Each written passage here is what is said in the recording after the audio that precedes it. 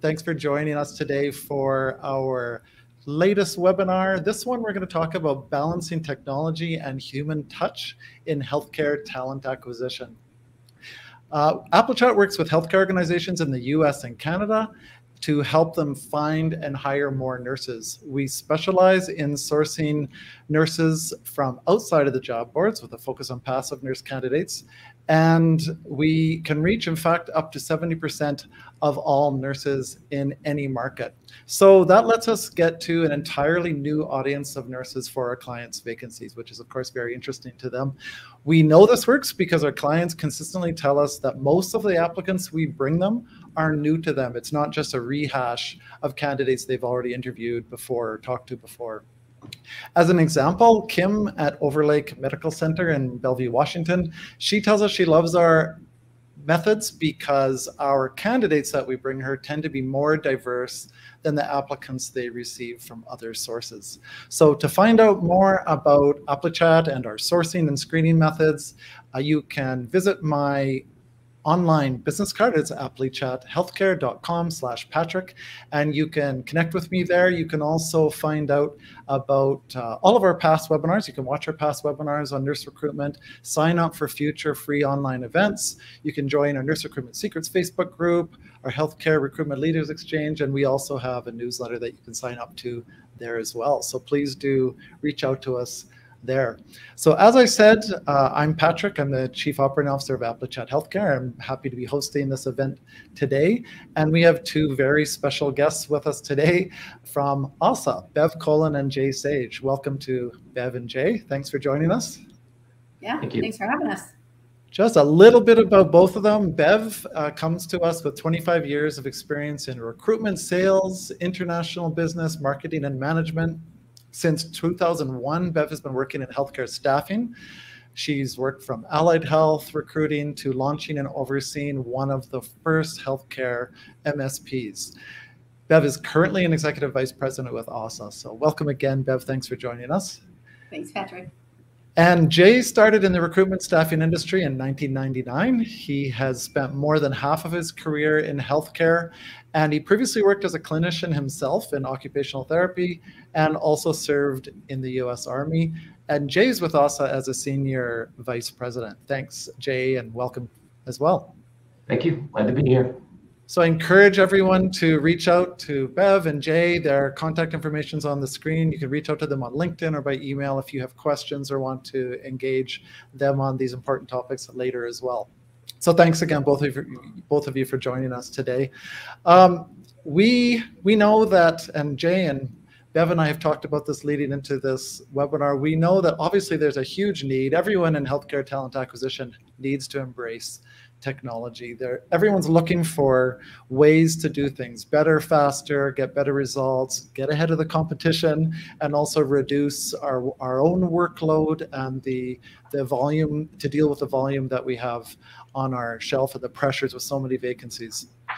In fact, our last webinar looked at how best to work with vendors in healthcare talent acquisition, including things to consider during contract negotiations with potential vendors, especially around technology. So you can watch one of our previous webinar if you go to the link I shared earlier and look at our past webinars. So again, with so many workload pressures, so many vacancies to fill, I think though that it can be easy or tempting to rely too much on technology, and we can tend to lose sight at times of the need for human interaction, especially if tech is taking things off our plate. It's hard sometimes to let ourselves put the human side back on the plate, and because that's such a time-consuming and it takes up so much of our effort and energy, but it's so important.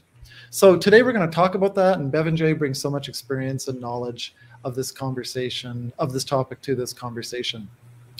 So this is our agenda. We're going to talk about leveraging technology in recruiting. We're going to speak about considerations to things to keep in mind, some potential risks with using technology, and also best practices, and of course, really focusing on including and involving that human touch in talent acquisition. So that's our agenda. Maybe before I do that, I've talked a bit about AppleChat. So I would love if Bev and Jay, if you could tell us about AHSA, because I think probably a lot of our audience doesn't know about AHSA. Jay, do you want to take this one away?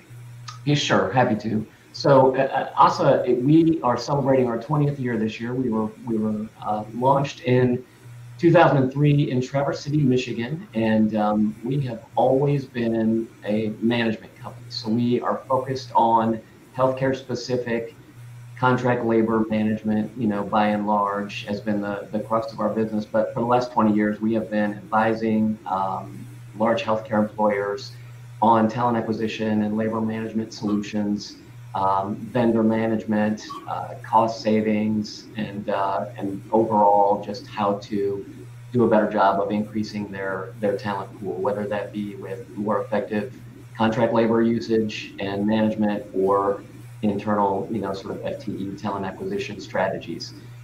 We wrap all of this in a proprietary technology platform. So this conversation today is near and dear to our heart as we talk a lot about saving time and process efficiencies and all of the things you can do, do more with less with these, great talent acquisition platforms that are out there. And ours is part of that as well. But I think, there are some considerations on the backside of that, which we'll talk about, as we talk more today. Okay, that's great. And I know AHSA talks a lot about high tech, high touch. That's important to you. So the human interactions, very important beyond just the technology, but being able to be in contact with a lot of people in the right ways and in a lot of ways. And so that's why we came up with this topic together today to share your interest from that. So thanks so much for that overview and for joining us today. So, okay, let's jump right in. Again, everyone needs to be using technology and finding new technologies and new ways to use technology, but it does come with rewards and risks. So let's talk about some of the positive first. Let's talk about leveraging tech in recruiting. And Bev, can you start us off? Yeah, I would love to. I think, again, like we saw at the outset here with our webinar, right? Technology is not the be-all, end-all. There are glitches. There are some just bumps that arise, and that's what we all expect, I think, with technology. But again, with the intense war for talent, I think that there's also a need, right? Just to speed to market is critical, and just the volume of openings out there in healthcare, and we still can't keep up. So how do we try to leverage the technology and find that balance? I think, again, at the end of the day, when I sat in the seat as a recruiter in 2001, we didn't have access to a lot of the tools that they have today. And really the smiling and dialing was the way that we did it. And I think although a lot has changed, we're going to talk today as well about how not everything has changed, and that human element is something that still is absolutely critical to build those relationships, build that trust. But from a tech perspective, again, I think the just resume screening, starting with that, I think that's where it's absolutely really vital to use that tech. AI can help you analyze, work experience, the education skills, and really cut to the chase and find a candidate that is a great match, and reach out and start that conversation. So again, I think that we've got to lean into the screening to start the process and find those candidates that fit the requirements of that job. And that moves into saying, hey, they match. Let's now reach out and make a connection. I think that's with those active candidates, especially. The sooner you can get them on the phone, again, I think that's the right way to do it. Some of those passive candidates take a lot more time to get to. And I know that's where you're experts, Patrick, there with your organization. But again, I think that when that match is made and they're an active candidate, that's where you really got to strike and start building that relationship. And back to the beginning, when you talk about the screening, resume screening, sometimes if volume is huge, well, I mean, we have no choice, right? We just have to rely on the tech to help us manage some of that and get through it in the best way, as long as it is doing what we want it to do, of course. And that's a critical piece. And it brings to mind a story with a friend that was recently had signed up with more of a per diem type of company, and the matching, she was able to submit her preferences, even pay range, what type of work you want to do, per diem, travel, direct hire, again, geographic preferences, all of that was all done at the touch of a button in an app. And within minutes, she received a response. Now, chatbot, real person, it came across. And I think this is the key too, that the more you can personalize and leverage that technology to make it feel like it's a real person. And this is exactly where she ended up taking the screenshot and sending it to me of saying, wow, this was great. Immediate feedback. And it was, hey, Susie, this is Alex, would love to connect with you. And then they actually went on to ask, what do you prefer? Follow up with text or email, phone call. So you tell me. And I think that's the other key is, meeting people where they're at. What are they comfortable with? And in this case, she, again, was more of a passive candidate, wasn't quite ready to, look at jobs, just kind of wanted to see what was out there with this particular tool. And so she was like, I think I'll just stick in the text zone for now. And so it was just interesting to see how they were able to immediately, reach out and still give them that option. Personalize it. Yeah, that means a lot. And again, as you say, she maybe was thinking, or maybe you were thinking, is this automated or is this a real person? But either way, if it's actually making you question it, it still feels personal in a lot of ways, doesn't it? It's also interesting that your friend thought you needed to know about this experience. I like that. Yeah, she was like knowing, the seat that I sat into and just always looking for ways to get better at connecting with folks and getting different solutions out there and saying, hey, this was the follow-up to, me submitting my preferences and what I want to do and where I want to work. And they immediately followed back up and asked how I would prefer to engage with them. Right. And so, for her, that was something that she was impressed with and wanted to at least stay in touch with them via text and see if down the road, maybe there would be an opportunity that she was interested in.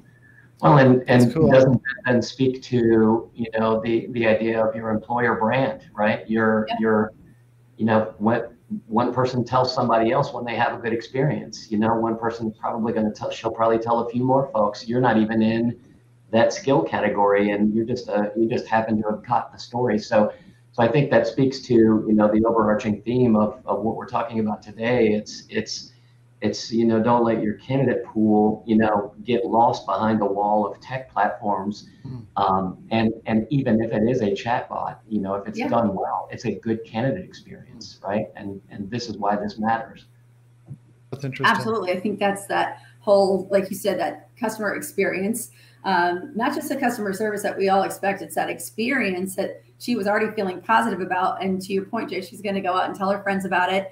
And that's where the referrals start. And at the end of the day, that's a recruiter's best friend, right? It's getting those referrals. So she might not be ready right now, but if she tells somebody who is, then there's your pipeline just continuing to grow. So I think, that's all.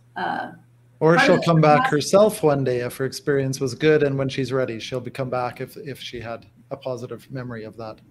That's great. And that's exactly what it was from the very beginning. It was very easy to use this tool. And then the other piece that as a nurse, she was impressed with, and rightfully so, is that it immediately then said, hey, based on what you told me that you like to do, here are the compliance and credentialing requirements that you need to already be thinking about in terms of licenses and, all of the different compliance documents. And so that was another way to, again, expedite the process, and where I think technology really makes sense, because some of those administrative back and forth burdens can be alleviated significantly and expedited. It's all about efficiency. And again, I mentioned speed to market. And in terms of the volume and leveraging tech, what you don't want your talent acquisition team to be doing is all those little administrative pieces, right? If we can take those off their plate, let them do their real job, what you're paying them to, but also B, what they want to do and what they can be good at, then that's a real value in leveraging technology to do that.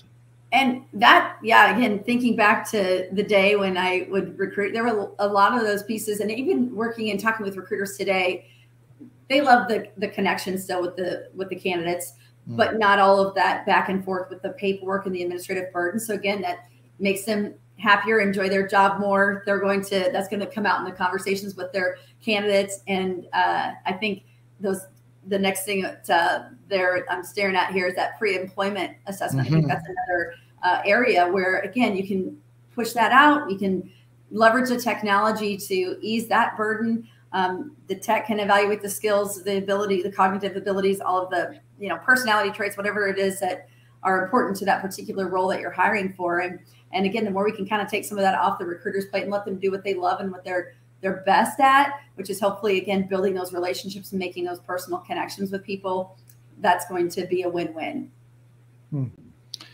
You mentioned the pre-employment assessments, and you mentioned using that for a particular job. What's your experience with the ability of different forms of technology to be really tailored to a specific job, a specific location?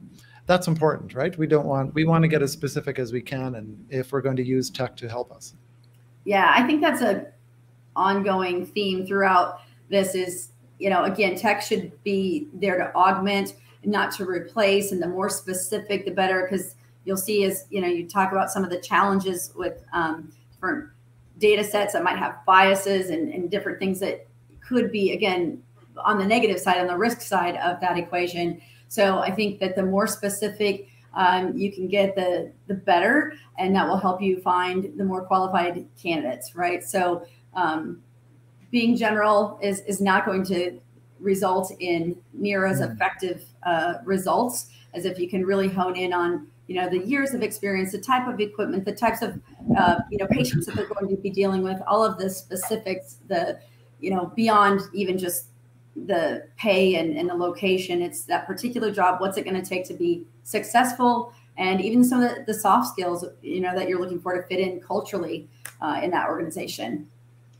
Yeah, and being general with technology is not going to let us get a real value for money either, is it? If we're going to spend and invest in bringing technology in and time and money, then we want it to be specific. Jay. Yeah, it's interesting. And without, hopefully not eliciting a collective groan from anybody that might have tuned in here, but I am old enough. I've been doing this long enough that I have watched, a lot of these platforms come to fruition, and I've heard the sales pitches, for my entire career, and for a very long time, it was always about, better match candidates, screen out, candidates, and so only the best few rise to the top, sort of a sales pitch value proposition from a lot of these platforms, as they had come online, and so we had gotten trained, as a talent acquisition industry, that this would make everything so much easier. I can just focus on my best few candidates. But I think, looking back, what ended up happening is that there's some great candidates, that got overlooked, or that didn't quite make it through the process, or that had a poor, candidate experience and gave up on it. And so we lost a lot of our talent pool. And what ended up happening was that the talent acquisition function got labeled as a hurdle that was impossible to clear. So then you had to just network your way in. Don't go through the recruitment organization. You'll never get in. And so then you need to go find the hiring manager directly and do some networking, and then you can get in. And I think that's an unfortunate reality. Like the best recruiters that I've ever had the opportunity to work with, really worked hard to help, find candidates homes inside of their organization. So if you're not a fit for this role, I'll keep you in mind. And you see these magical moments, and if anybody that's been in this industry for any amount of time, where there's a great recruiter that remembers, a 5-minute conversation with another candidate that, it comes up a month later. Oh, Patrick would be great for this. Let me call him and see if he's still around. Or, that will date me as well. Let me text him or shoot an email or chat. But anyway, I think, that's a reality as well, as we should screen people in to the company instead of, screening out all the time. Yeah, I think that, it's the silver medalist, right, that you forget about. And again, there's technology out there to help find that talent rediscovery. But I think at the end of the day, too, what you mentioned, Jay, it absolutely, I'll date myself by saying Rolodex, right? That mental Rolodex. Most of the audience probably. What's that? Yeah. There's going to be a truly, that's how we comment that ends up in the chat here in a second. Right. Yeah. Overall, what? But truly, you kept those people top of mind. And I think that's where, the talent of a real salty recruiter shines is that they are able to convince people to go somewhere they don't want to go. So, you know, it's easy to recruit people to, especially on the temporary side, right? They want to go, you know, south in the winter, north in the summer, and you know, there are times that you got to convince them to do just the opposite of that. And again, I think that goes back to that human element, the connection, the building a relationship, and the trust, and not just relying on technology to say, hey, here's where you best match, you know, go. If they feel like a widget or a number, that's probably how they'll respond to you, right? Right. Yep. We've, since, of course, COVID, we've all engaged video technology so much, and you have video interviewing here as one of the key points you want to talk about. What's your observations about using tech for video interviewing? I think it's been a breakthrough. I don't know, you know, how we could get along without it anymore. I mean, especially with the expansion of the continued expansion of remote work, you know, roles. I think video interviewing is great, and it's there are, you know, certainly some automated video, you know, technology platforms out there that work really well as well. I mean, especially if you're talking about industries like healthcare, where it's 24/7, 365. You know, the nurse can log in and interview, you know, at his or her own time frame. And so you can, again, just like everything, we try to let our folks self-manage, you know, themselves through the process. But the ability to, talking about, you know, candidate touch, the ability to pull somebody up on a Teams chat real quick and just do a quick face-to-face phone call and give that candidate, you know, a good point of contact in the organization and be able to look at somebody in the eyes and give them a smile. I think you can then inject, that's the start of your company culture, right? They may have been touching you, you know, if you go back to through the talent attraction process, and then the active, you know, sort of the active, you know, interviewing process, and you know, somebody they're filling out all the paperwork, and I submitted my resume, and now I need to type it all in again because our ATS is ancient. You know, whatever's going on, you're able to instill a little bit of your corporate culture by, you know, making that connection with that person. I think video interviewing is spectacular. Yeah, I agree. And again, I think it really is that opportunity to start that connection. And I keep, you know, going back to that because, again, I think that's what I enjoyed most as a recruiter was, you know, building those relationships and connecting, and would have loved to have the chance to see people. Gosh, it was just a couple of years back. I finally met somebody I had recruited like 20 years prior, met him in person, and we hadn't even ever, because this was, again, free, even Teams and all the, before all this technology became so popular. I suppose we could have FaceTime, but never had the opportunity to even meet till 20 years later. And so I think having this tech right now, so easy to use. And I think that was one of the things that COVID and the pandemic really helped to accelerate that adoption of the technology, and everybody being now very comfortable with this type of setup where you're used to meetings where you're constantly seeing people and not just over the phone. And I think that really does allow for that. Absolutely. And as you say, it was a necessity. We had to embrace it at the beginning of COVID, but it's also allowing us to be more efficient, right? We can interview more people faster. It's easier for the applicants then, especially in that first interview, to not have to try and travel and commute and park and all those things that come with it. And for Apple Chat, one of our products is virtual hiring events. So we combine that with our sourcing and deliver virtual hiring events. And we're able to let our clients interview a lot of people in a 4-hour period instead of perhaps an in-person, which is great, but sometimes in-person doesn't always work for all of our candidates either, and they can get through a lot of volume in a 4-hour virtual hiring event. What about diversity, equity, and inclusion? This is on your slide, and I'm really interested to hear your thoughts about how technology can contribute to this, such an important topic. Yeah, and again, I think this is where you got both sides of it, right, with the risk as well as the rewards. But I think it can help in some cases to identify those unconscious biases, and I think that's so critical in the recruitment process. So again, to me, there's an opportunity to leverage the technology. I know, going back to a video interview, there's also some risk there, and I think that's something that you have to really look at from an AI perspective that the data set that is being used and make sure that there's not that risk of perpetuating the biases as well. So I think if used correctly, that you can actually leverage AI to help identify those unconscious biases and ultimately hire a more diverse,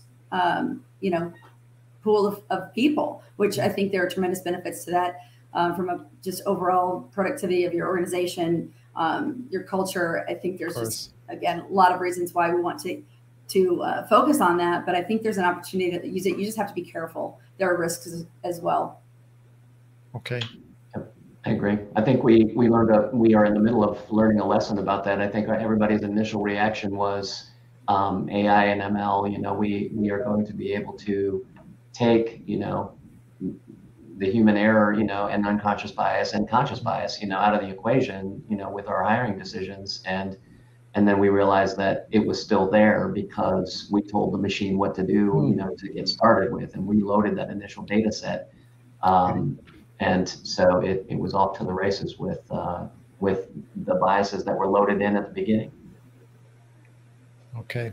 Yeah, and so you've touched on a lot of the positives, a lot of the real benefits of using technology. You've also touched on some of the risks and concerns, and this is one of your key points that you wanted to talk about today. And as I say, you've already touched on some, but I think you have more to say about the considerations to keep in mind when leveraging technology. I think I'm happy to continue, on the discrimination, path. I think, what we've seen coming up now as well is, which we didn't foresee this. I think some companies didn't necessarily foresee this, but there's the idea that, the Americans with Disabilities Act, has now come into play with some of the AI related almost gamification, kind of processes that you have to go through, in order to apply, where it's measuring your keystrokes and it's watching your speech patterns, as an applicant, so that the machine can make some decisions about whether you qualify or not. And then so we've left, some of our folks with disabilities behind, and not given them a great opportunity to get through the application process. So I think that's one thing that was, top of mind for me.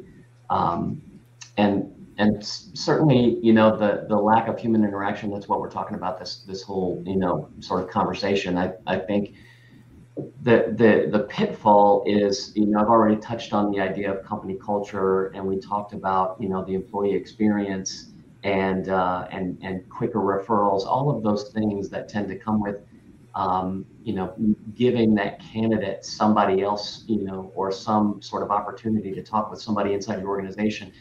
I think about it in terms of, this is just, how I think about it. It's how I interact with my bank. My online banking is, I don't want to talk to anybody. I can do everything I need to do on my app until I want to talk to somebody. And then I want it to be quick and easy for me to figure out who I want to talk to.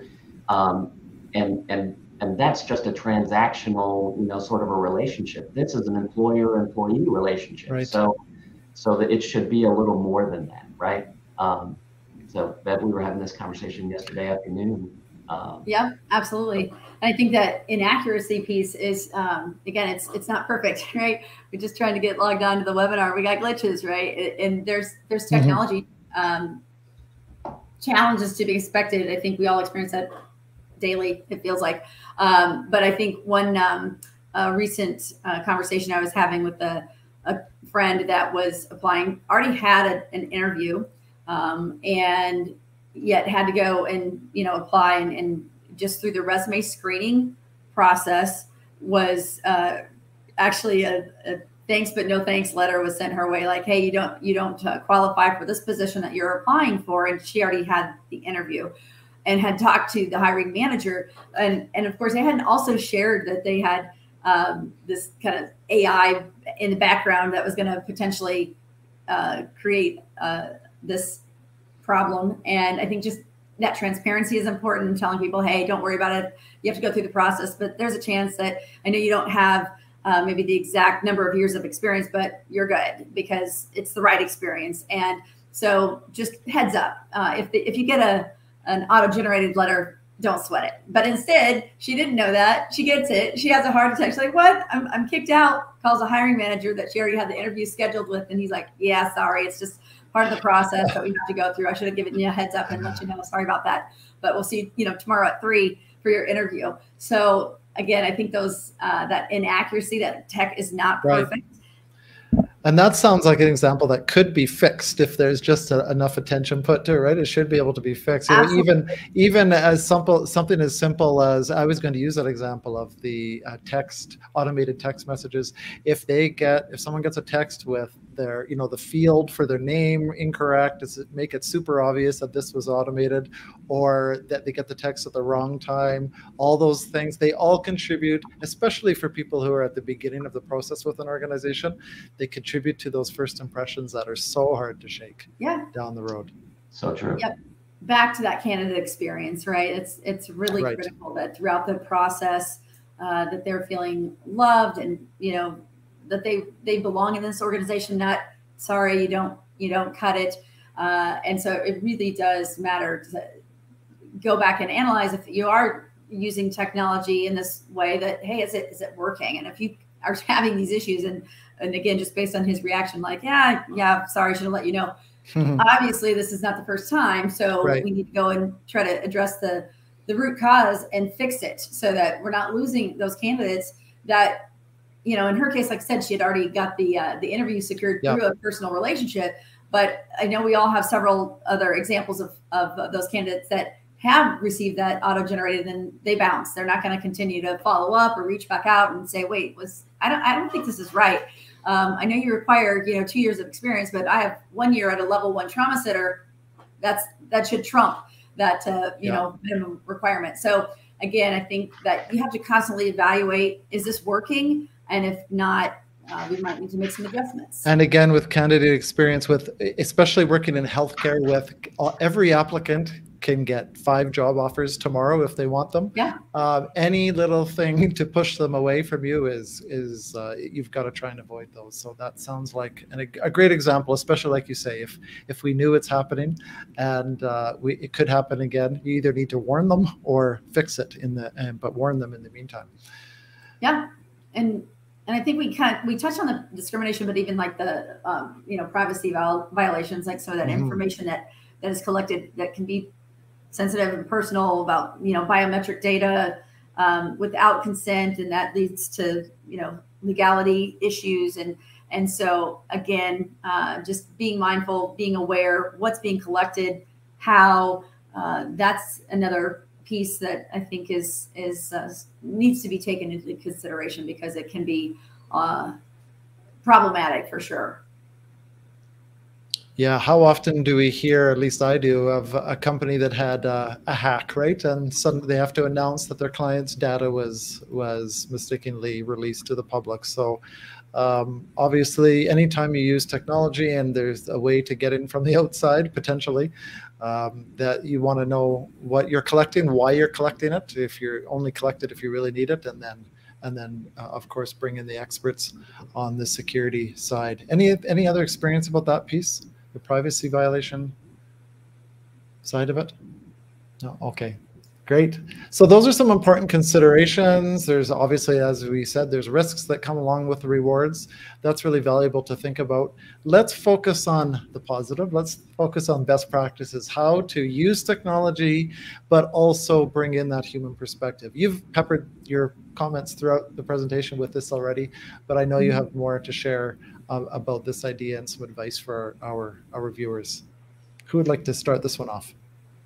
I'm actually I'm racking my brain trying to decide, is there an easy button, right? Because I think, I've had the opportunity to run, large recruitment organizations, as well as consult, with some companies with some very large, recruitment operations as well. And everybody is so busy and so overwhelmed with just trying to keep up. And I'm thinking through, what is a best practice in terms of, obviously, organizationally understanding, the idea of DE&I and how to, manage so that you don't make any mistakes with your technology platform, et cetera. But how, where, and when, do you inject, that personal touch? Mm-hmm. And I think I'm coming back to the idea that it's probably recruiter specific. It's probably, if I'm running my desk, and I've got 150 recs that are open, and thousands of candidates that I'm trying to keep up with, and I'm using my tools as best I can. I've got to try to figure out which pile of candidates am I going to figure out how to reach out to, and then in which capacity makes the most sense for me, right? So is it going to be a mass text, which there's great tech out there, and when they applied, they probably checked a box saying, are you willing to receive a text message from us? And so, maybe that's it, or maybe it's an email, or maybe it's a well-run, chat bot that then, finds its way to me. But, exactly when in the process, I don't know. I think that's probably recruiter specific. And I know it's not anything that's style. Often it's about style, right? You can't train certain specifics of style. But I think, Bev, you had a good example too of your friend who you thought would be texting and more. Well, and so I reached out to a colleague that actually started recruiting in '99, and so just a couple of years before I started in the industry, and thought, well, maybe she's old school like me, and I just want to get on the phone as soon as I can to build that relationship, because that's what I enjoy, and that's my comfort zone, and where I like to find those connections with people, and again, start building that relationship. So in speaking with her, she was saying, well, you would think, and yes, we've been trained in that regard, but the reality is she's kind of more project specific. So it could partly because of that versus, more global in scope, kind of more narrow in scope. But she said, look, I really prefer email and text, and we'll reach out and have a conversation, when closing, or just aligning all the final details maybe. But generally, I attract people that also just like emailing and texting. And then, of course, she's getting the referrals of other people that also want to email and text. And so she stays in that lane. It works for her. She's very successful. And so I was surprised, because I thought, didn't have as many tools back in the day to email and text, blast out, to hundreds at once. But that's what works for her. Talked to another person that's been recruiting for maybe 5-10 years, and she was just the opposite, and wanted to engage with candidates as soon as there was an opportunity. If they reached out about a particular job, well, she's going to get on the phone and call them right away. And so again, I do think that there's some personal preference there, and you tend to attract what you're good at and what you do in your comfort zone, and different strokes for different folks. I think it's always a good reminder to, even if you have a comfort zone and a lane that you're good in, to be open to, again, coming back to what you said earlier, being able to tailor your approach to a specific applicant or a specific client as well. If you're realizing they need something different, you better be open to that, or else you're not providing a good service. Yeah, and I think the recruiters, again, recognize that, you can't necessarily just be inflexible and say, this is, I don't want to get on the phone, or I don't want to blast out via text. You got to pull all the levers anymore. I mean, you've got to really pass a lot of lines in a lot of different ways. And yet and again, that's why, shared that example of the text that asks, what do you prefer? And at the end of the day, I always, will ask people that, how would you like me to follow up with you? I'm going to set a time to talk. Do you want to just exchange emails? What works best for you? And people are not afraid to tell you. I do think the return on investment is huge there, though. Like I've seen, spectacular recruiters that put forth that little bit of extra effort in establishing a relationship with a candidate somewhere along the line in the process, and that candidate brings more candidates, and those candidates are strong as well. And so I think the ROI is there for that style.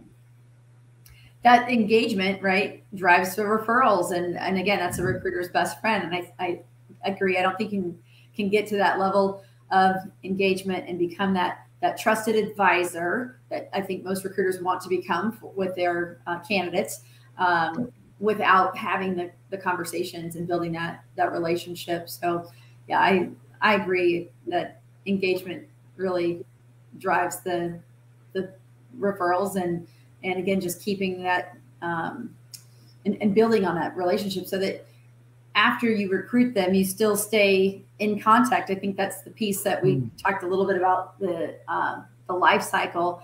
You don't stop recruiting after they start or go to orientation, and you drop them like a hot potato. You have to re-recruit. Everybody in the organization has to re-recruit every single day, because guess what? Their recruiter's calling those people to try to get them to bounce outside of the organization that they just started at. Yeah, right. That's a great point. I would venture to say that a great recruiter with a good relationship can make an impact on your new hire attrition, because that new hire, when they're overwhelmed on their unit, in the first week or so, and the rest of the unit is all clicked up and they haven't figured out where they're going to live yet or who their relationships are going to be with, that will be the person that will get the phone call, to say, hey, I'm not sure, if my direct deposit is set up right. Who do I talk to? So little questions like that, or just having another anchor point in the organization, I would bet, would make a difference on new hire attrition.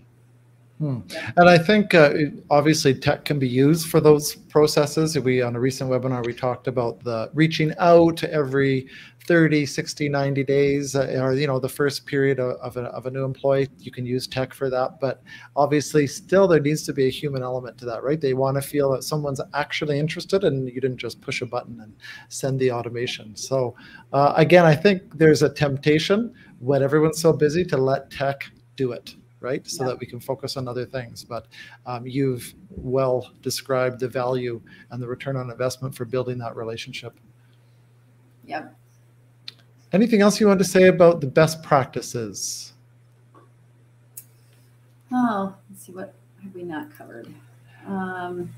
What about the transparency piece? That's something that is often raised, right? If people don't know what you're doing with AI and find out later, it can leave a bad taste in your mouth. What's your experience been, or what concerns, best practices have you considered about that?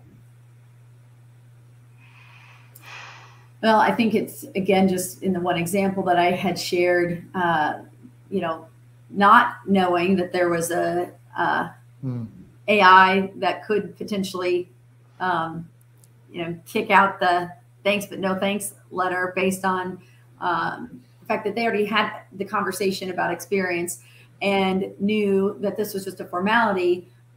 And there was, again, based on his reaction, the chance that this could happen, like, just be upfront about it. If you're not going to get it fixed by the time that you have to go and submit your application, then at least say, hey, just so you know, don't be alarmed if this happens, and communicating that this is AI at work and it's still being tweaked and perfected. So don't be alarmed, right? So I think that's where it starts, is just communicating that that's happening, and being aware of what the data is that's being collected. And then again, analyzing, is this actually doing the job that we need it to do? Is it working? Are we losing qualified candidates because of it? And constantly evaluating and tweaking until you get to the point where you're confident that, okay, we're not going to screen out those candidates that we really want to talk to that are qualified for the job. Yeah, so that is your value in investing in technology is going to go down the drain if you're not doing it right, and if you're not taking all those things into consideration, and again, building that human touch so that people have a positive candidate experience. Right? It's why did you invest if you're going to lose people or damage things along the way? Yep. Lots of challenges to consider, but lots of rewards as well. And like I say, I think you've really well described the value in investing in that, the return on investment, as Jay said, and that's important considerations for people to think about. I've seen some themes come out. It's really, from your conversation, it's really about the need to obviously use tech, but also to personalize it as much as possible, tailor it as much as possible. I would like your example, Bev, of asking people, what's your preference? So some people may say, never phone me, I'm never going to answer. Or some people maybe don't look at email ever, for example. So asking people their preference, I think, is a great practice to consider. You talked, again, the impact on employee experience and the employee brand and the investment and the rewards you're going to get out of that over the long run with that particular applicant and everyone that they know as they talk about their experience with your organization. Obviously, technology needs to do what we want it to do, and we need to train it in the right way. And there's a lot of considerations to be taken to train that technology in the proper way. And you, again, towards the end, spoke about the need to be recruiter specific, but also flexible. So we can use technology in a way that works for all of us, as long as we're open-minded in order to be flexible for the applicant again. And you touched on as well the importance of the human touch throughout the onboarding and retention process as well, because that's going to affect our need to recruit and our turnover rates as well as we move employees through the life cycle with the organization. So those are some really important points. Well, and I think that even with the onboarding, again, there's just that balance throughout the whole talent acquisition life cycle. I think that there's still opportunities within the onboarding to leverage technology. I've seen, some really cool welcome portals that you can have personal messages from team members like, hey, Patrick, welcome to our organization. You can, again, have like FAQs. Jay had kind of alluded to like a buddy system with that recruiter staying bolted on. Maybe it's that recruiter that also has that welcome message in that portal. And again, that's just starting to make them feel like they made the right choice. This is where I belong. You really start infusing that that culture. So again, I think there's always that opportunity throughout to balance on the high tech, high touch. Don't think that the onboarding and beyond that you can't leverage the technology. I think little things, even like the welcome gifts that you can really personalize to start, again, infusing that culture with Grit, Angela Duckworth, here's the book, right? Mm-hmm. And personalized Yeti with their logo and their name and all those things. So there's still an opportunity to balance that. And I think it's just really critical to try to set yourself apart from the other organizations out there, because even though they've now been onboarded, they're going to get the calls from the recruiters, and you have to continue to re-recruit every day. Mm-hmm. Getting them there is half the battle. Keeping them there, that's the other challenge. And I think that engagement is oftentimes not as focused on. It's the first thing to get cut in budgets, the rewards, the recognitions, all the those company stores and different things seem to usually get axed out of the budget. But I think there's definitely an opportunity to continue to love on your employees, and you have to, or somebody else will. We know how important it is to get new employees through the first 6 to 9 months with your organization, right? If they get through that, they're more likely to stay longer. So you've given a lot of good examples of how to do that. Yeah. Yep, absolutely. Jay, anything else you'd like to add about any of our topics today, any of the points today? No, it was a great conversation. Thanks for inviting us along. Well, thank you, Jay, and thanks, Bev, as well. Bev, feel free if you have anything else to share as well. I'm going to pop up on the screen your contact information again. Feel free. Bev and Jay are happy to hear from you on LinkedIn or email as well. So their contact information is there, my LinkedIn information. And again, you can reach out to us to learn about AppleChat at my online business card there. It's on the screen as well. So feel free to connect with me if you want to learn about our sourcing methods and also to access our free online recruitment resources. So look forward to seeing folks there as well.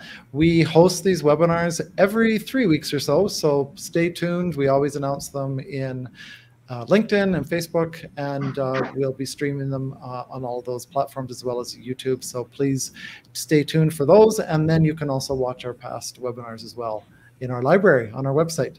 So thanks again, Bev and Jay, for taking the time to do this today and sharing your experience. Very helpful. And well, we're going into the long weekend, so happy 4th of July for you, and happy Canada Day to my Canadian friends as well. Thank you so much, Patrick. Thanks, everybody. We'll see you soon. Bye-bye.